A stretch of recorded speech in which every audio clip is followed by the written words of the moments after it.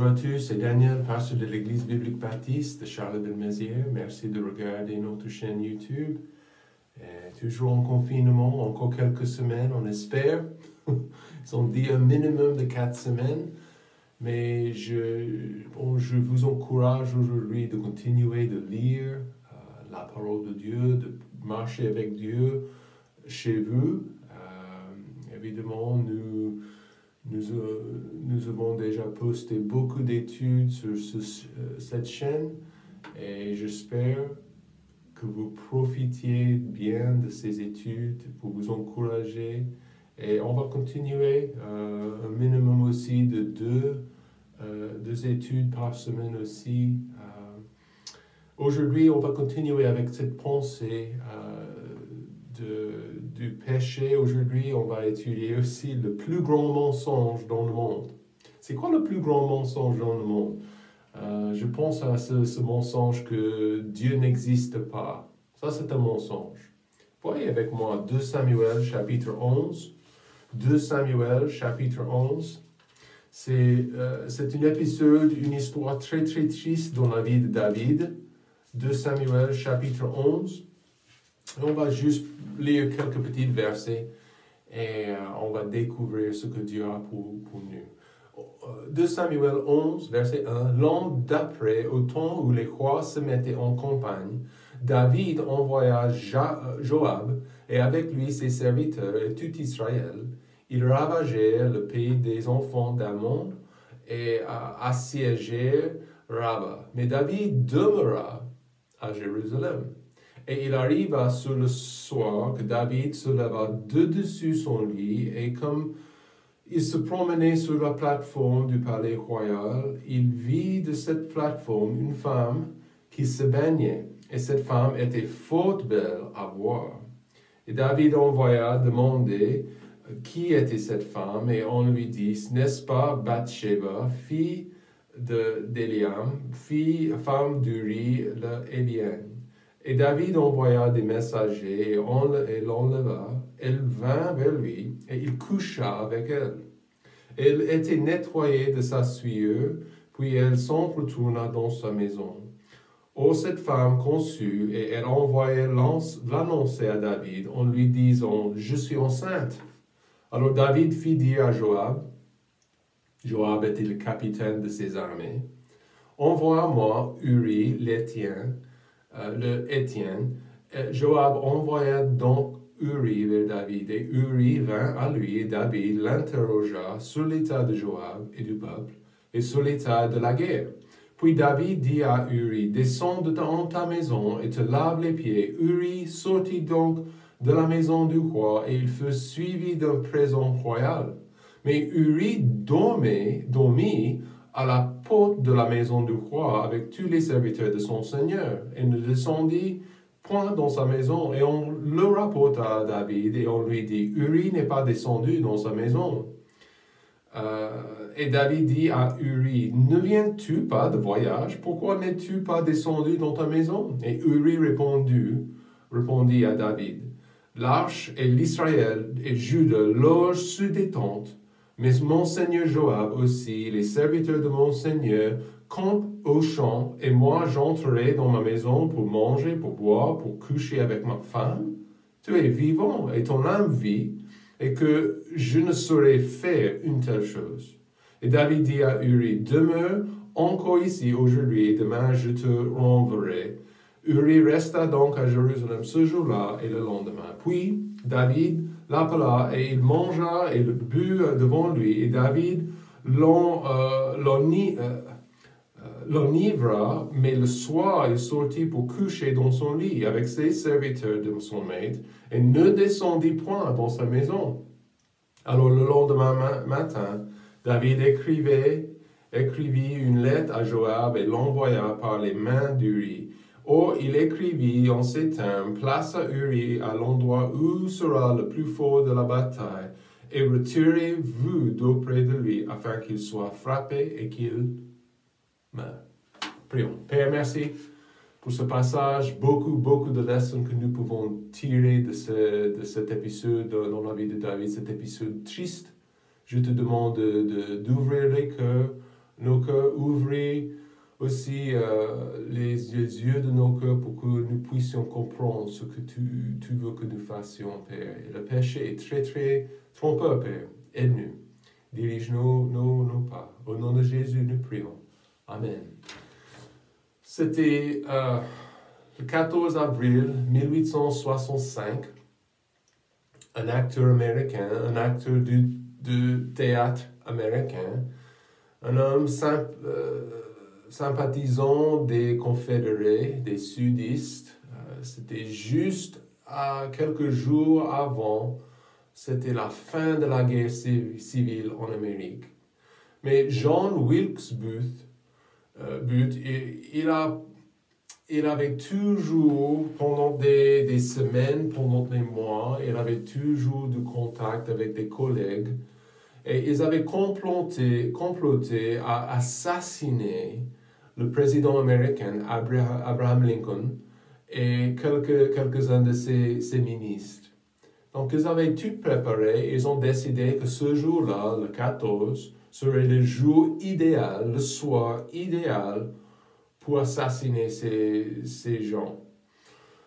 Évidemment, John Wilkes Booth, il était un homme très connu à cause de son métier, à cause de son art. En plus, il pensait en tuant le président américain, en tuant aussi ses ministres, même si le Sud avait perdu la guerre, que les sudistes seraient super contents et ils seraient là pour accueillir cet homme et les autres tueurs, les autres assassins.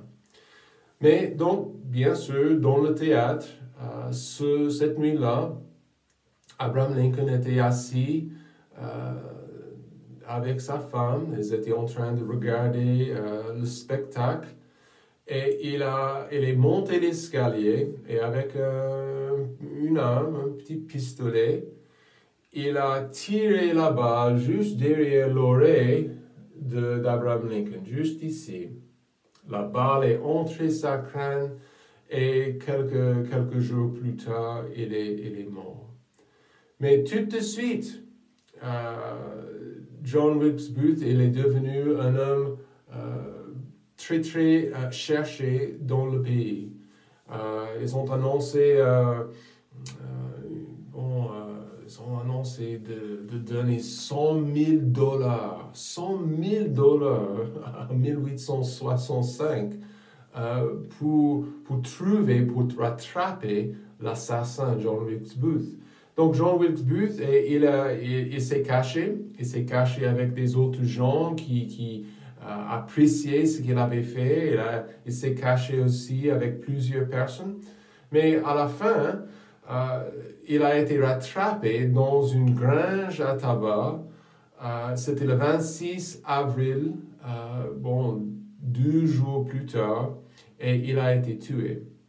Mais vraiment, dans ses pensées, il a pensé qu'il serait célébré, fêté, pendant des siècles après, pour son geste, pour d'assassiner Lincoln.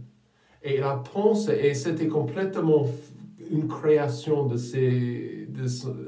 sa tête, il a pensé vraiment qu'il serait fêté et célébré dans les siècles à arriver. Mais les derniers mots de sa vie étaient ceci: inutile, inutile. Et il est mort. Mais vous savez, c'est comme ça avec le péché. C'est un mensonge. Le plus grand mensonge dans le monde aujourd'hui, c'est simple. C'est que vous pouvez pécher sans conséquence. Que vous pouvez faire ce que vous voulez faire comme un pécheur et il n'y aura pas de prix à payer, pas de problème, pas de souci et vous pouvez vivre libre. Donc pour moi, je dis, quand je vois des histoires comme John Booth, je me dis, c'est triste. Combien de personnes, ils poursuivent le mal, ils poursuivent le péché à leur destruction. Et à la fin, ils disent, inutile. C'est inutile.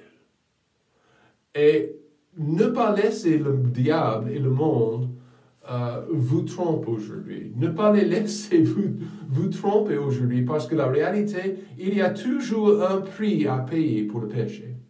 Il y a toujours quelque chose, il y a toujours un résultat, il y a toujours une conséquence. Et souvent, la conséquence est plus sévère et plus lourde que nous pensons. Et nous continuons notre étude aujourd'hui de l'importance à faire face au péché. Soyez réalistes, ok? Soyez honnêtes. Le mal et le péché, il y a un prix à payer. Ça ne vaut pas la peine, s'il vous plaît. Ça ne vaut pas la peine à poursuivre le mal, à poursuivre le péché. Nous sommes en fait comme des enfants de Dieu. Si vous êtes sauvés, vous êtes en guerre. Vous êtes en guerre et vous avez quelque chose à faire. Et ce n'est pas ce que vous voulez faire. Nous avons une responsabilité de faire le bien. Nous avons une responsabilité de suivre la parole de Dieu, suivre les commandements de Dieu et suivre sa volonté pour nos vies personnelles. Nous avons déjà vu que le chaos que le péché peut faire dans nos vies, c'est extrême.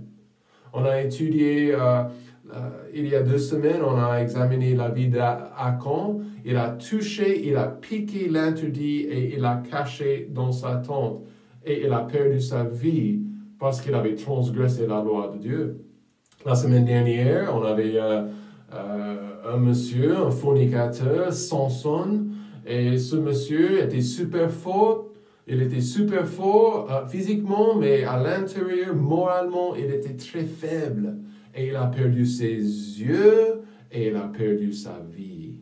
Et aujourd'hui, nous trouvons que David, le roi David, un homme, la Bible dit, selon le cœur de Dieu, il s'est trompé. Il a fait une grosse erreur. Aujourd'hui, le monde vous ment aujourd'hui.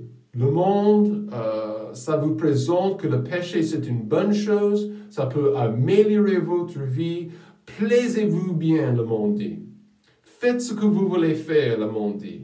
Pas de soucis, ça ne peut pas arriver dans votre vie. Les mauvaises histoires que vous entendez de temps en temps, ça ne peut pas arriver chez vous, aucun problème. Mais ça, c'est un mensonge, le plus grand mensonge. Il y a toujours des conséquences pour le péché, pour le mal.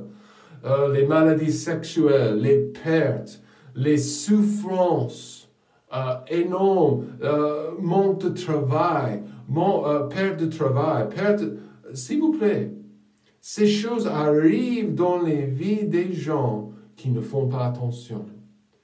Le monde vous dit, il n'y a pas de conséquences.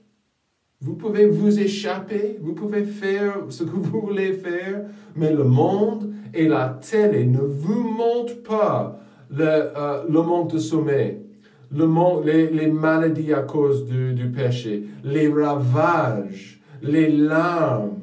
Attendez, ça arrive, les décès à cause de ces mauvaises décisions par rapport du péché. Nous sommes, mes frères et mes sœurs en Christ, nous sommes dans un combat. Ce n'est pas quelque chose que nous pouvons dire, oh, pas de souci. Si, c'est grave. La Bible dit en Psaume 38, verset 4, à la fin, « Ni aucun repos dans mes os à cause de mon péché. » Ça, c'était David qui a dit ça. Pas de repos à cause de son péché. Nous avons aussi Marc, chapitre 9, verset 45. « Et si ton pied te fait tomber, coupe-le. Il vaut mieux pour toi que tu entres dans la vie, n'ayant qu'un pied, que d'avoir 2 pieds et d'être jeté dans la géhenne, dans le feu qui ne s'éteint point. » Jésus a dit en gros d'être sévère avec le mal et le péché, avec vos choix. David était au courant des conséquences de ses péchés. Il n'était pas sévère avec soi-même, avec lui-même. Il n'était pas sévère, il ne sait pas maîtriser ses convoitises et le mal dans son cœur. Donc, en fait, une nuit, David, il a vu une femme nue en train de se baigner chez elle, et il l'a convoitée. Il a expérimenté, malheureusement, une moisson vraiment triste. énormément de souffrances personnelles, énormément de souffrances familiales. Et vous lisez, il y avait des viols, il avait son propre fils qui a cherché à piquer le royaume, il a perdu des bébés, il a perdu le royaume même à cause de son choix. Donc il y a, s'il vous plaît, il y a des leçons pour nous dans ce passage. Donc ce qu'on va faire rapidement, on va examiner ce que Dieu a pour nous. Donc des leçons à tirer. Donc n'acceptez pas le mensonge du monde par rapport au péché. D'accord? Numéro un manque de vigilance, ça mène à l'échec. Nous trouvons en chapitre 11 encore, il y avait des gens, des armées de David, des armées d'Israël en train de faire des combats, mais David, il demeura, la Bible dit, à Jérusalem. Il a choisi de ne pas mener ses hommes en combat. Et en fait, ça, c'était une erreur pour lui, parce que le deuxième verset, il a vu cette femme et sa vie a été changée.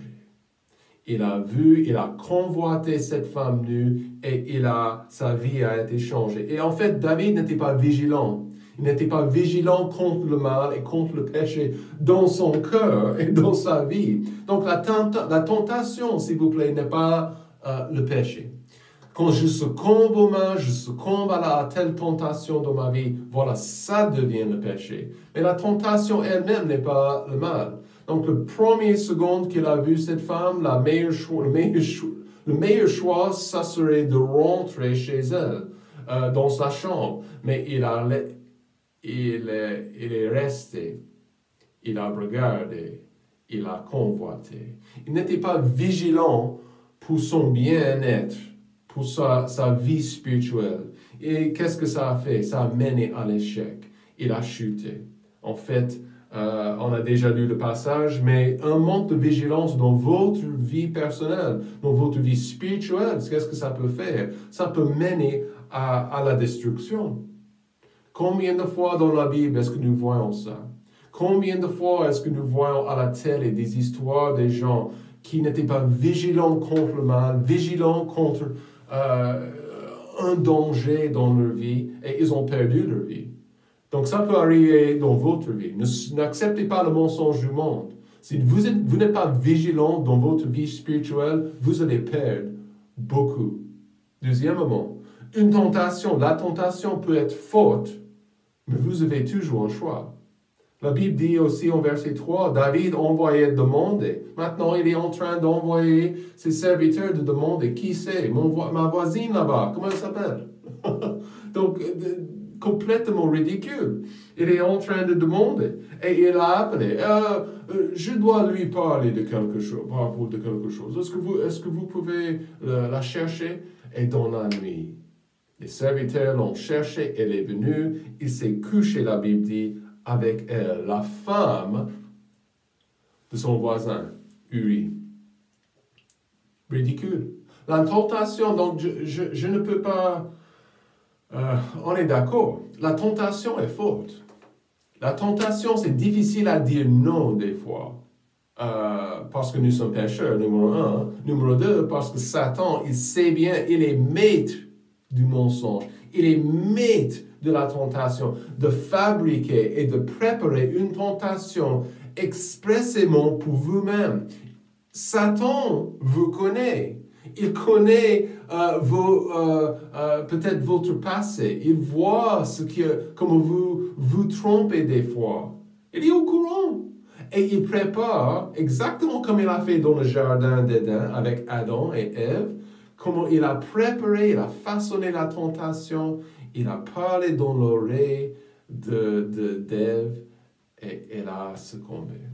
La tentation est forte, mais s'il vous plaît, vous avez un choix. Vous pouvez dire non, non, je n'accepte pas, je ne vais pas toucher l'interdit, je ne vais pas faire ça, je ne vais pas faire exactement comme les brebis, comme les gens, les moutons dans le monde. Ils passent dans une direction, je ne vais pas suivre la foule à la destruction.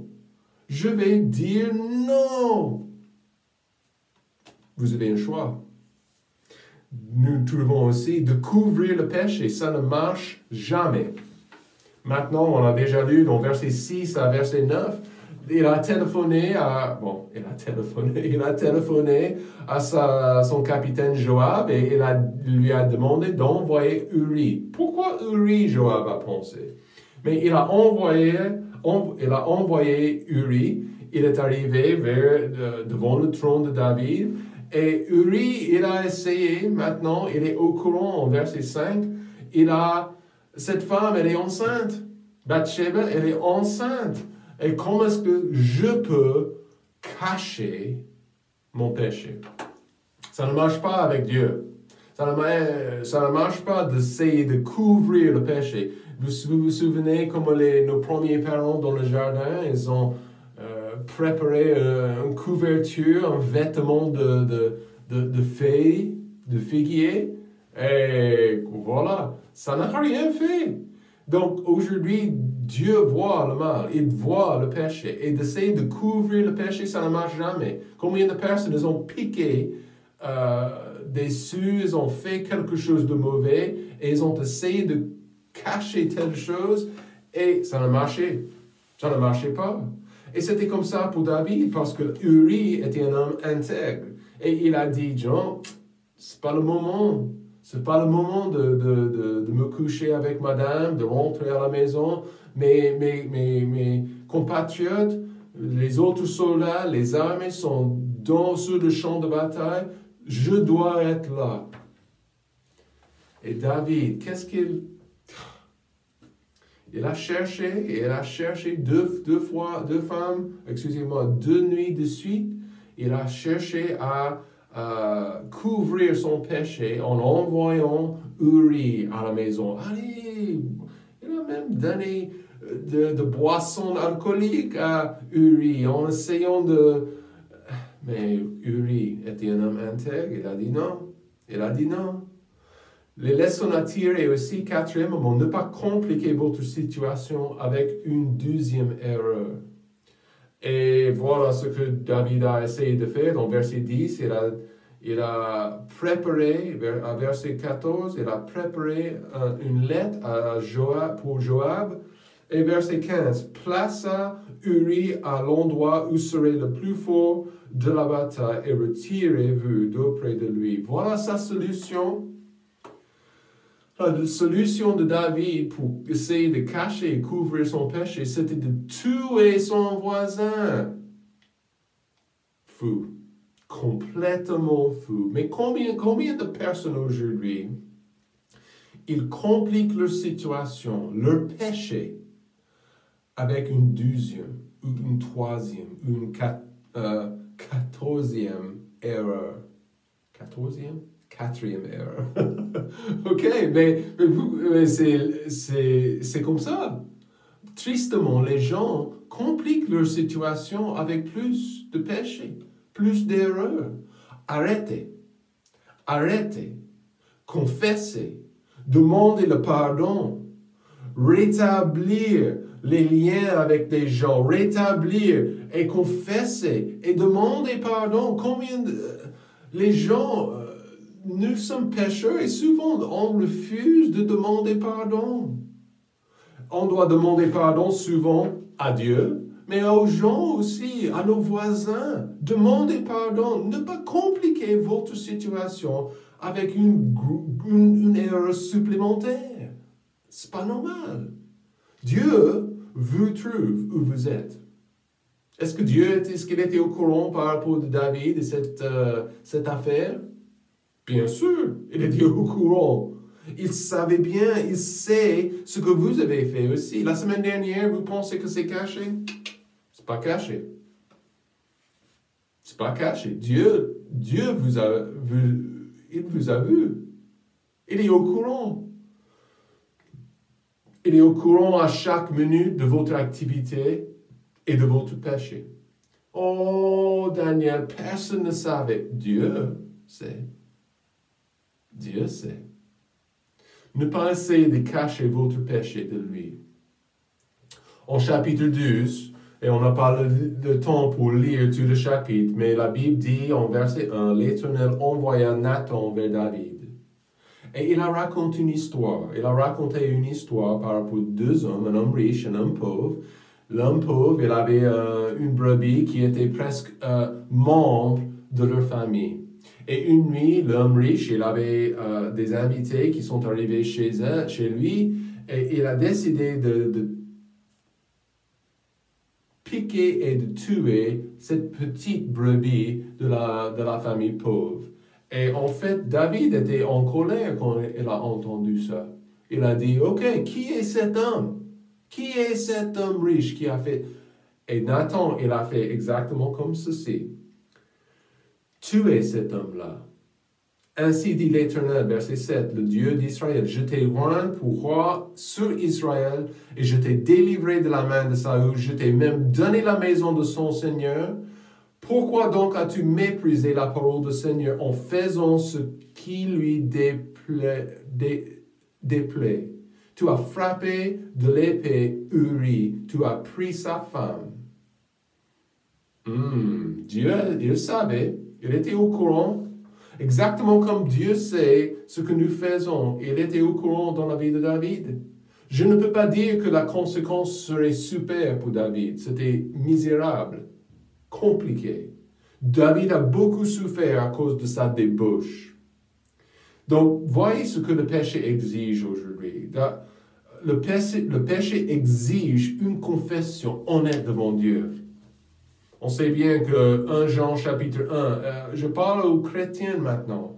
Si nous confessons nos péchés, Dieu est fidèle et juste pour nous les pardonner et pour nous purifier de toute iniquité. Il est fidèle de pardonner si je confesse. La confession, ça doit être une pratique de ma vie quotidienne. Si vous trouvez que vous avez quelque chose dans votre cœur, vous avez fait une grosse erreur, ne pas répéter ça. Demandez pardon. Confessez l'erreur. Le péché exige une confession honnête. Souvent, nous ne sommes pas honnêtes avec lui, avec nous-mêmes. Nous pensons que nous pouvons nous échapper de la peine, nous pouvons continuer. Non. Soyez honnêtes, une confession honnête devant Dieu. Donc, il y a aussi, le péché exige que je cherche le cœur de Dieu.